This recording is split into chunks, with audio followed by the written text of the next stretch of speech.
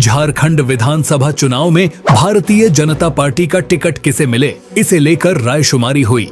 लेकिन यह रायशुमारी पूरी तरह अराजकता में बदल गया।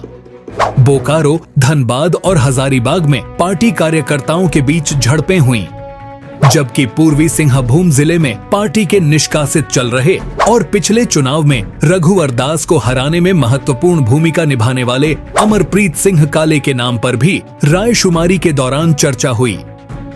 हालांकि राजनीति में गहरी पैठ रखने वाले यह कहते हैं कि यह सिर्फ दिखावे की रायशुमारी है।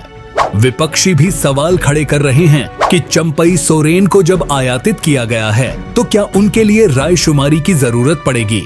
अब सवाल यह है कि क्या सीता सोरेन की सीट से रायशुमारी में अगर किसी दूसरे कैंडिडेट का नाम उभर कर सामने आएगा तो क्या उसे टिकट दे दिया जाएगा।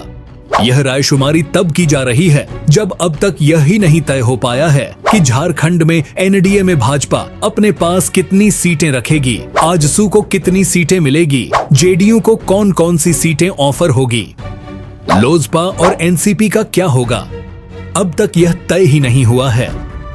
अब इस वीडियो में हम आपको बताते हैं इस रायशुमारी का पूरा सच। अब तक आपने हमारे चैनल को सब्सक्राइब नहीं किया है तो कृपया कर लें। हम आपको हर राजनीतिक अपडेट से अवगत कराते रहेंगे। भारतीय जनता पार्टी को पार्टी विद द डिफरेंस की संज्ञा दी जाती है। इस पार्टी को देश की सबसे अनुशासित पार्टी भी कही जाती है, लेकिन यह सारा अनुशासन झारखंड में तार तार हो गया। धनबाद विधानसभा क्षेत्र के लिए भाजपा के जिला कार्यालय में रायशुमारी कार्यक्रम हुआ, जिसमें दो गुटों के बीच हिंसक झड़पें हुईं। प्रत्यक्षदर्शियों के अनुसार इस झड़प में एलबी सिंह और विधायक राज सिन्हा के समर्थक थे। हंगामे की जड़ रायशुमारी प्रक्रिया में कथित अनियमितताएं थीं। भाजपा कार्यकर्ता मनजीत सिंह ने आरोप लगाया कि बाहरी लोगों को पैसे का लालच देकर वोटिंग में शामिल होने के लिए लाया जा रहा था, जिससे झड़प शुरू हो गई। घटना की तस्वीरें और वीडियो जो सोशल मीडिया पर प्रसारित हुए हैं, उसमें भाजपा कार्यकर्ताओं को एक दूसरे पर हमला करते हुए दिखाते हैं, जिससे अराजकता का माहौल बन गया है।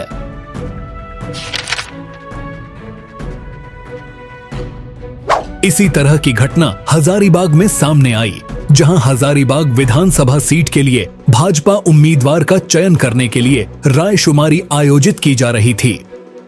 करीब 400 भाजपा कार्यकर्ताओं को मतदान करने के लिए नामित किया गया था। सभी को गुप्त मतदान में 3 पसंदीदा उम्मीदवारों के नाम लिखने थे। हालांकि मतदान प्रक्रिया के दौरान अराजकता फैल गई जब कुछ कार्यकर्ताओं ने मतदाता सूची के साथ छेड़छाड़ का आरोप लगाते हुए विरोध शुरू कर दिया। प्रदर्शनकारियों ने आरोप लगाया कि पार्टी ने अनुचित रूप से कुछ नामों को हटा दिया था, जबकि कई लोगों का नाम जोड़ा गया था, जिससे रायशुमारी प्रक्रिया की निष्पक्षता पर सवाल उठे। स्थिति बिगड़ गई, जिससे नारेबाजी हुई और हाथापाई हुई, जिससे दो गुटों को अलग करने और व्यवस्था बहाल करने के लिए पुलिस हस्तक्षेप की आवश्यकता पड़ी।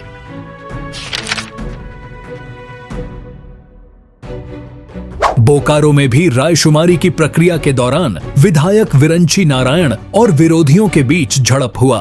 बताया गया है कि कथित अनियमितताओं और अपने नाम को मतदाता सूची से हटाए जाने पर रोष व्यक्त करते हुए बोकारो के एक वरिष्ठ भाजपा नेता ने हंगामा किया। उन्होंने आरोप लगाया कि उनका नाम जानबूझकर सूची से हटा दिया गया।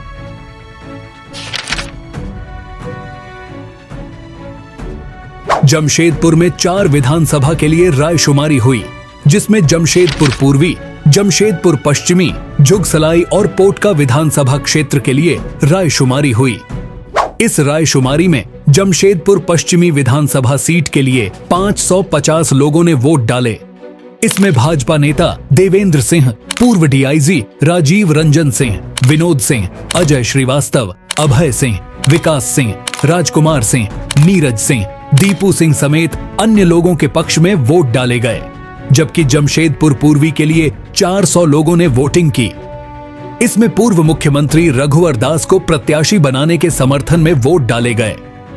इसके साथ ही शिव शंकर सिंह, दिनेश कुमार, राजकुमार सिंह, रामबाबू तिवारी के साथ ही अमरप्रीत सिंह काले के समर्थन में भी लोगों ने वोट डाले।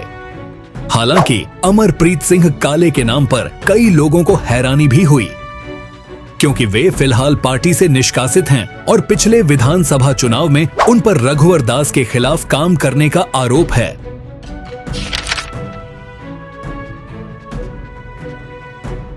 झारखंड विधानसभा चुनाव के पहले इन घटनाओं ने भाजपा के भीतर गहरे मतभेदों और आंतरिक कलह को उजागर किया है।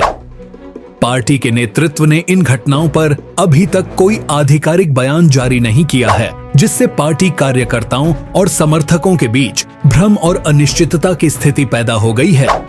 इन घटनाओं ने भाजपा की छवि को प्रभावित किया है, जिसने खुद को एक अनुशासित और एकजुट पार्टी के रूप में पेश किया है।